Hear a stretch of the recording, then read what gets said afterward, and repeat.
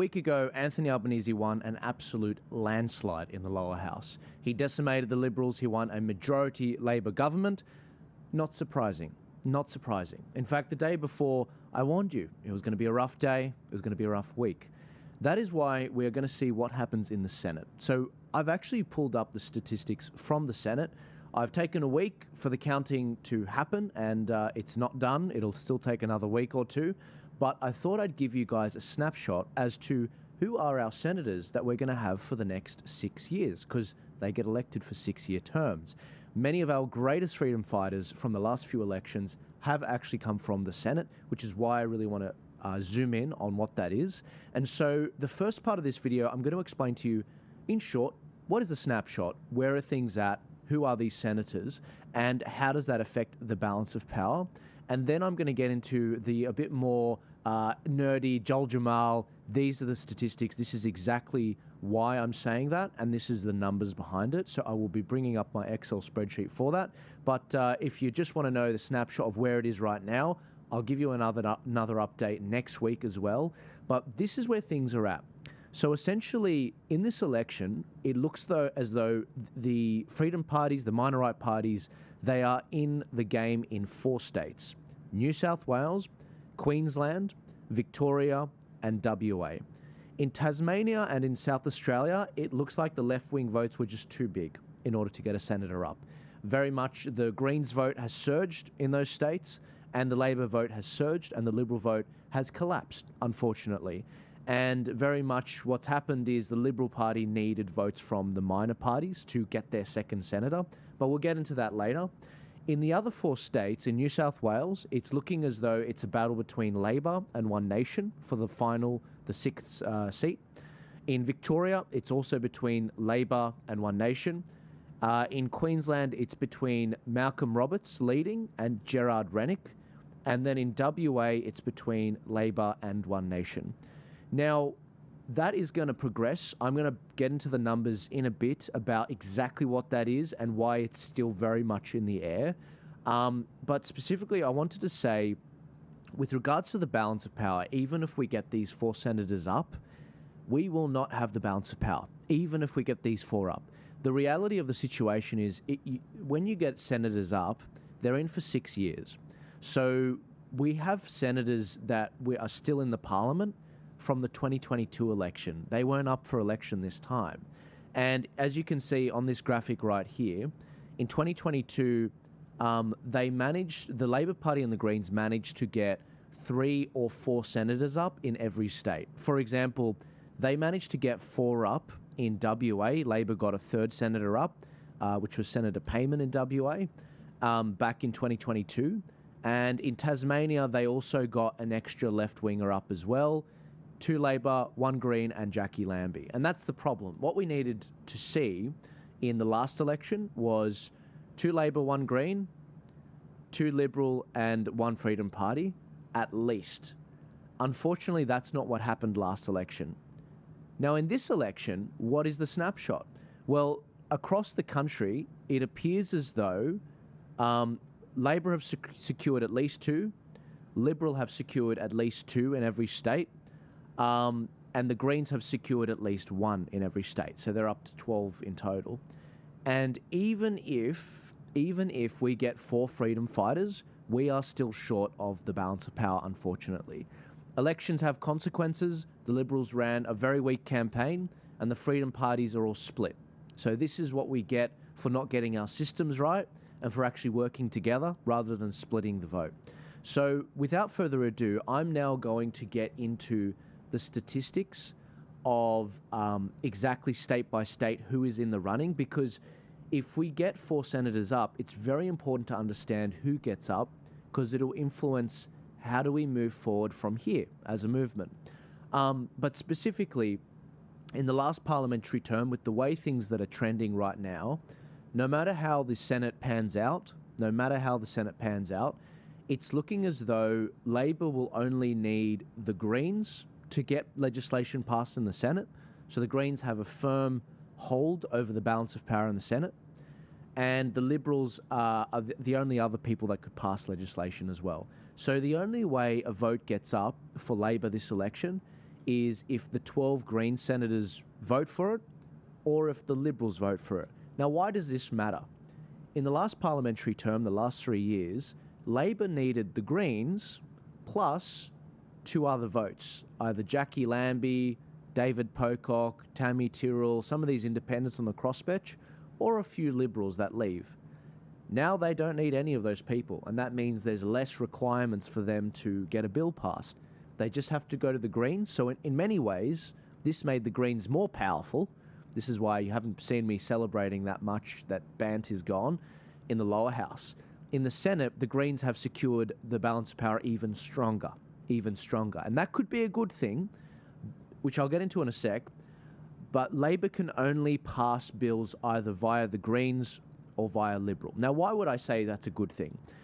If the Greens do something stupid, and I hope they do this, if they block all of the bills from Labor because they're asking for too much or whatever, and if the Liberals aren't budging and helping Labor pass bills either, Anthony Albanese, and it's a slim chance that this happens, but it's a very good chance though, Anthony Albanese could call for a double dissolution election, which means the whole Senate is up for grabs. In a normal election, like what we just did in this election, the whole lower house goes up and only half the Senate goes up.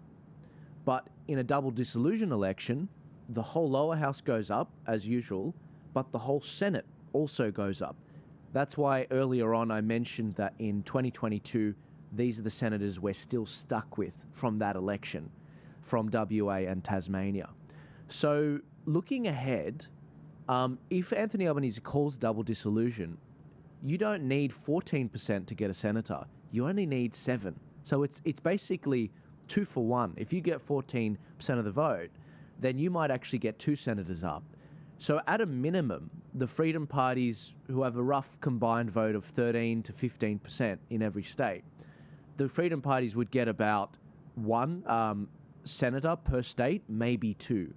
So across the country, that would mean we would get minimum 6 senators, up to about maybe 12 or 13 senators, which is insane to think about, but we would be equivalent to the Greens in the Senate. So we are very much hoping for that. We're hoping that the Greens frustrates Labor and Anthony Albanese dissolves the parliament and calls for a double dissolution election, which won't take 3 years. It'll be a lot sooner than that. But if that doesn't happen, elections have consequences. We are stuck with a Labor-Greens de facto coalition for the next 3 years. Australians need to learn that the government under Labor, under the Greens, this is what they have in store for us. And unfortunately, that's going to drive the cost of everything up. So that's where things are basically at. I don't expect that to change, what I've just said, over the next 3 weeks to 4 weeks. That's the situation.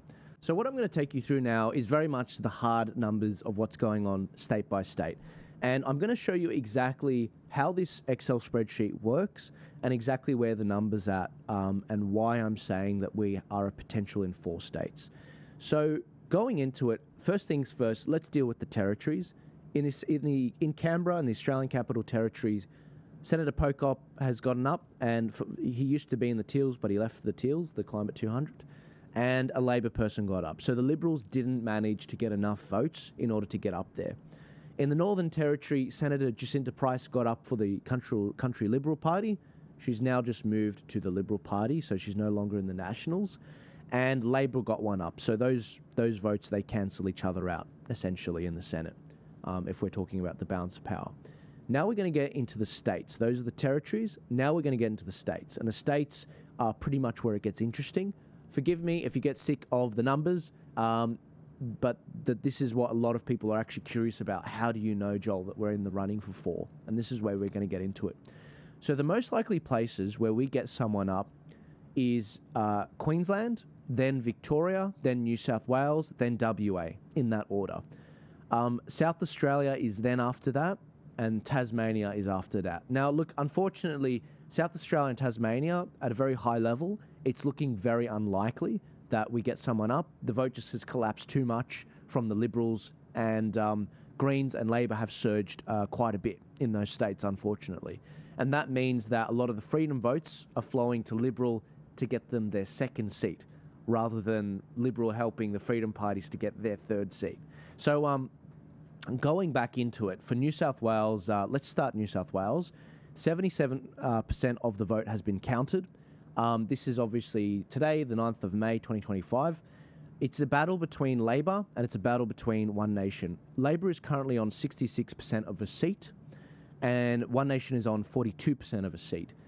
However, if you calculate all the left-wing votes remaining and all the right-wing votes remaining, what you're left with is One Nation has 2% more votes than the left-wing votes, which is really good, because it means that if people followed the cards, the Turning Point Australia cards and other Freedom Party cards, that will flow to One Nation.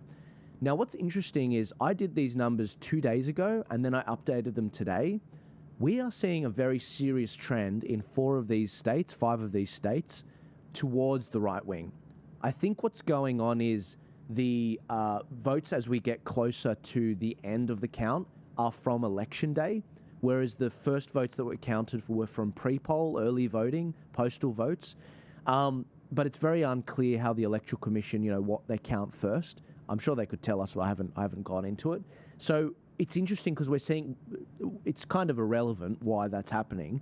But what's interesting is there is a trend, and it's happening in 5 of the states. So specifically, if you look at New South Wales, back when the vote was at 68.6% counted, the vote gap between One Nation and Labor was a lot larger. I mean, it was 7% lower. Now that the vote is up from 68% counted up to 70% counted by the Electoral Commission, it's trending up. Now One Nation is no longer 14% below, they're actually 2% above. And if that continues, that trend continues, that might help cover the inadequacies of preference flows and how we lose votes as the votes don't flow because people don't number their cards properly. So that's New South Wales. One Nation is very much in the running against Labor. No other party is in the running at this stage. And by the way, Warwick is a phenomenal candidate. He's been on this show. He's a former British SAS guy. I'm praying that Warwick gets up. I think he's a great candidate. For Victoria, we're seeing an even larger trend. This is a battle between Labor and One Nation. Labor is currently sitting on 44% of a seat, and we're seeing One Nation, which is currently sitting on 0.3 of a seat. And what's interesting is that there is actually a massive trend towards One Nation. If you add all of the left-wing votes up and you add all the remaining right-wing votes up, One Nation is now 3% ahead of the left-wing votes with all of those other votes underneath it. And the interesting thing is, I did the votes 2 days ago, back when the Victoria count was at 55% counted, and it was severely down. I mean, back when it was 55% counted, the Electoral Commission counted that amount of the ballots. One Nation was down by 16% of the votes. Now that we're on the 9th of May, 2 days later, they've almost counted 68% of the vote. One Nation is up by 3%. So we're seeing a larger trend up towards One Nation and the right wing as we're doing the counting, more than what we're seeing in New South Wales, which is huge. So it's trending in the right way for New South Wales. It's trending in the right way for Victoria. Let's move to Queensland, and I think this is probably one of the spiciest ones. Queensland is a battle between 2 freedom fighters, which is good. So it's not a question of is a left winger going to win, is Labor going to win. This is a battle between One Nation, Senator Malcolm Roberts, and Senator Gerard Rennick. So Malcolm Roberts is on 49% of a seat. Gerard Rennick is on 34% of the seat.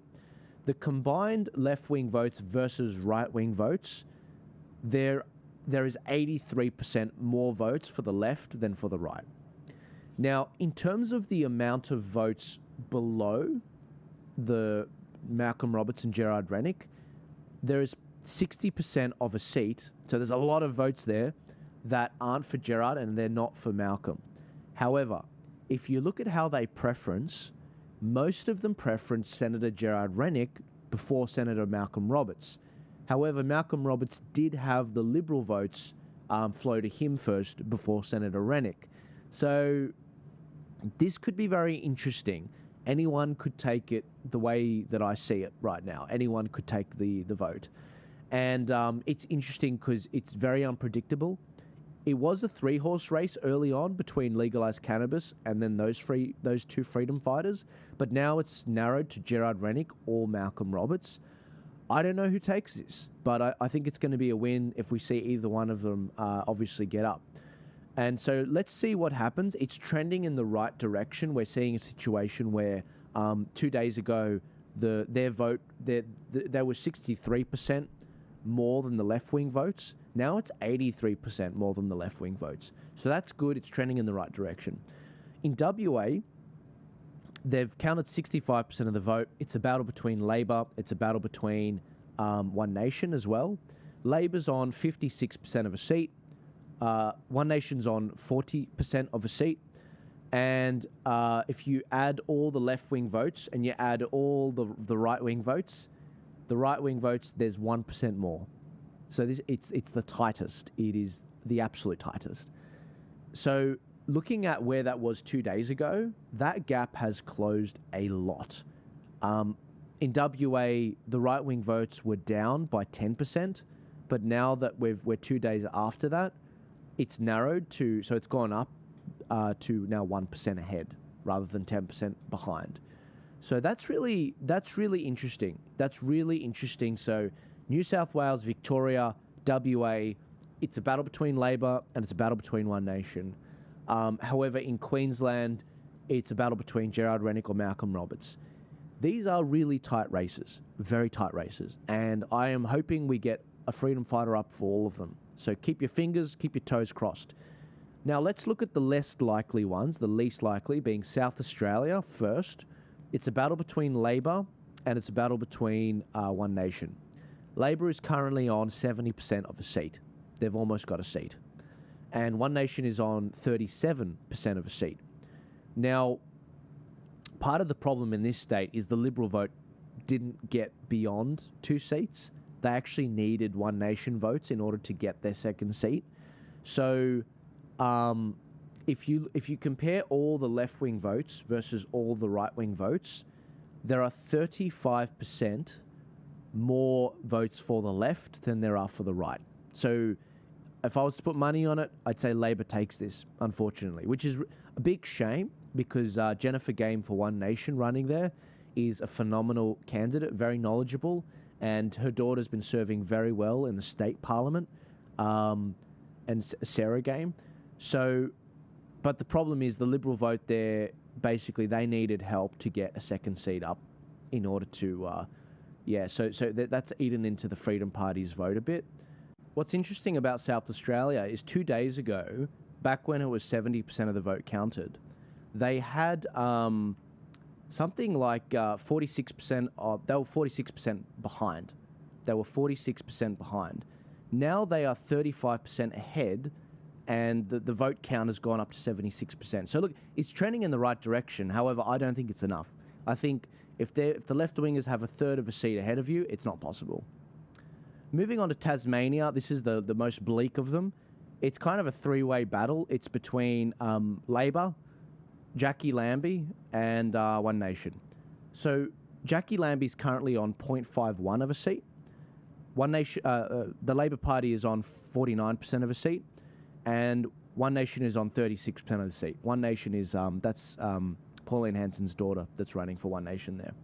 So looking at the total amount of votes, if you get all the left-wing votes and you add up all the right-wing votes, there are more Labor and left-wing votes and Jackie Lambie votes than there are right-wing votes. There's 76% more, to be specific. That's not good. And their vote is 80% counted. It's not likely to trend in a direction fast enough.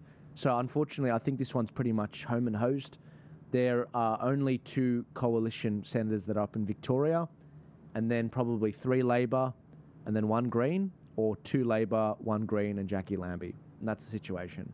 So all in all, I'm going to do another video on this probably this time next week to tell you exactly where the numbers are at for the Senate. I mean, if people want it sooner, maybe I'll do it sooner, but there's really no point until we have the final numbers.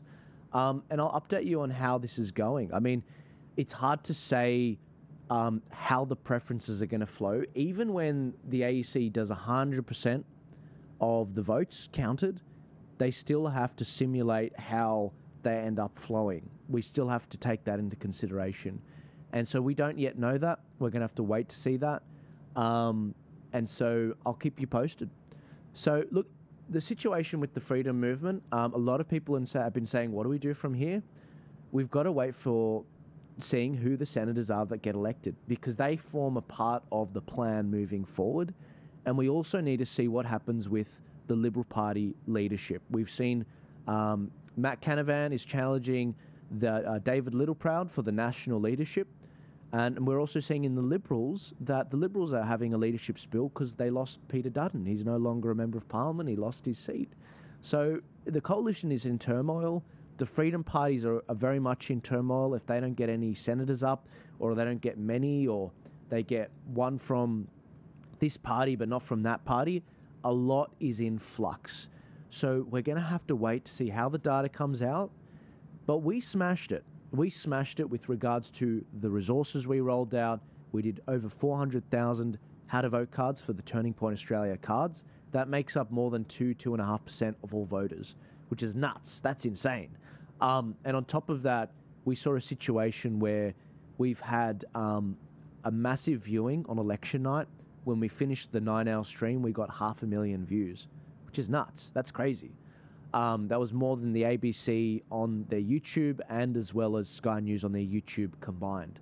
So we know we have a great movement. We know we have great people, but we have to get the mechanics of our political parties sorted, because we can win a referendum, but for some reason our political parties are so divided we can't win an election. And that's the real problem. And we can't have a leader like Peter Dutton from the major right-wing party that's flip-flopping on things. And we also can't have minor parties where there's like 9 of them running for the federal seat. And so that's the situation we have. There's going to be a lot of introspection for everyone, including myself, by the way, what we have to do moving forward. But with regards to these parties, they've got to... my phone's been melting down from the amount of people calling for some sort of change that we need in this country to move forward in a unified manner. And so I'll keep you updated with how things are going. Don't be afraid to tune out of politics for a bit. Don't let it dominate your life too much. At the end of the day, no one has more control over your life than you and your family. And you should always remember that, because it's not a government that will make you rich. It's not a government that will make you poor. It's specifically what's in your power, what can you do as an individual to actually build yourself up, protect your family, and look out for yourself. And that's the only way to move forward. We can't be paralyzed by fear and by what someone may or may not do in the government. And that's, I think, the main lesson we learnt out of COVID. However, Australia has not fallen. I believe that the best is still ahead. In fact, when the US lost their election in 2020, and I believe it was stolen, how did they pick themselves up from it? They picked themselves up by applying themselves, building themselves up, and recognizing that this is the divine providence they need to go to the next level. Look at Nigel Farage, the Brexit Party. They lost they won the 2016 Brexit vote, and yet they never left the European Union for 3 or 4 years after that. In fact, they were even betrayed by Boris Johnson. They had to start a whole new party, and look what they just did at local elections. They won over 650 council seats, a couple of mayors, they won the majority in 10 councils, and they won another federal MP. That's what they can do over there, but it took a lot of building, a lot of fundraising, a lot of building of their institutions and their actual mechanics to get electoral outcomes. That's what we have to do. We needed this shake-up, and the Australian people, if you guys have lost hope in the Australian people, wait till you see them in 3 years and they realise that Anthony Albanese has delivered nothing. I'm not saying the Liberals can turn it around in 3 years. However, it has happened before. We did see, for example, a situation where there was a massive majority won by John Howard in 2004, 2005, and by the time you get to 2007, all of that dissolved and Labor ended up coming in. This is the cycle of politics. This is what it is. However, we can make it more likely to be in our favour if we apply ourselves better. And that's why I'm not going anywhere. That's why I'm sticking with you guys, and we're going to keep building our following. Our how to vote cards have grown incredibly. In the last federal election, 2022, we did 250,000 how to vote card downloads, which made up about 1.5% of the electorate, 1.5% of the voters. That's nuts. Whereas in this election, we've done 400,000 and we've done well over 2.5% of the voters. The other thing we have to keep in mind is a lot of voters didn't turn out and vote. In fact, in the last federal election, 89%, it was an 89% participation rate, whereas now that's dropped to 77%. So it's gone from 11% not participating to 23% not participating. It's doubled. There is a large dispossessed bunch of people out there we have to go out and get the vote out for, just like the Yanks did, just like Charlie Kirk did, by going after low propensity voters, people that don't come out to all of the elections. And that's why Turning Point Australia is committed to fighting all elections. No organisation in the country has fought local, state and federal in the last few years as many as Turning Point Australia. We've done 9 elections on local, state and federal, and that is what we need in order to move forward. And if we look at what's happened around the country, like Cessnock, for example, they fought local elections, they won half of the council spots, and they won the popular vote for the mayor in Cessnock in New South Wales. So how did they go in the federal election? Well, they backed the One Nation candidate, and he didn't come third after the Nationals. He came second. He came second after Labor. And Labor is freaking out. They know that he is snipping at their heels.